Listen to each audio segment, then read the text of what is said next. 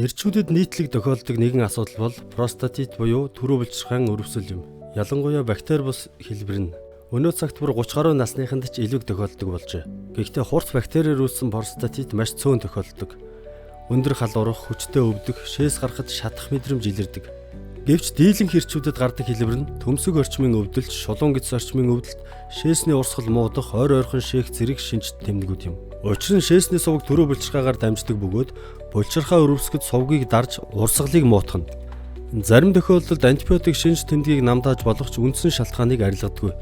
Тиймээс энэ асуудлын уг шалтгаанд илүү ойртож, хоол хүнсийг зөв зохицуулах, тодорхой ургамал амин дэмээр нөхөх замаар бодит үр дүнд хүрч болох талаар хуваалцахыг хүсэж байна. Тиймээс энэ видеогоор та мэдлэгтэй, итгэлтэй болно байх гэж найдаж байна. Эхлээд BPH буюу түрүү булчирхаан хоргүй томрлын талаар ярив. Энэ нь булчирхай томорч байгаа гэсэн үг. Эрэгтэй хүн бүр наас ахих тусам ямар нэг хэмжээгээр томролтой болно. Гэхдээ бүгд нь шинж тэмдэг илэрхгүй байж болдог. Түрүү булчирхайн томрол ба хооллолтын холбоо. Бидэнд хийх хэрэгтэй зүйлс болон зогсоох ёстой зуршлууд бий.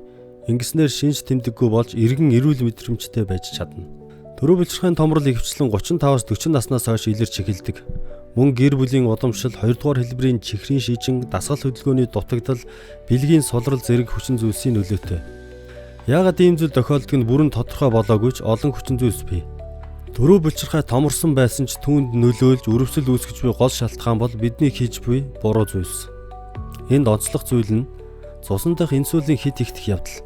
Энэ нь буруу хооллолт, боловсруулсан нүүрс ус, цагаан гурил эсэн чихэртэй ундаа, жимсний фруктоз их ууснаас болдог. Энэ бүхэн бие дотор өрөвсөл үүсгэж бодисын солилцоог алдагдуулж, инсулины эсэргүүцэл улмаар жихрийн шижинг үүсгэдэг. Тиймээс хэрвээ та түрүү булчирхайн асуудалтай бол юун түрүүнд хоол хүнсээ өөрчлөх хэрэгтэй. Гэрийн нөхцөлд хэрэгжүүлж болох зүйлс. Дулаан усанд суух, суултуур ван хийх, магний сулфат эсвэл эпсомын давстай маш үр дүнтэй. Зөөлөн сандал дээр суух, хатуу гадаргуу, дугуйн суудал зэрэг нь шулуун гидс орчмыг дарж түрүү булчирхайг зочроодог. Халуун ногоотой хоолноос зайлсхийх, арх уухгүй байх, кофеин их хэрэглэхгүй байх. Кофеин шээхөөх үйлчлэгээтэй. Ус сайн уух хамгийн сайн арга бол энэ.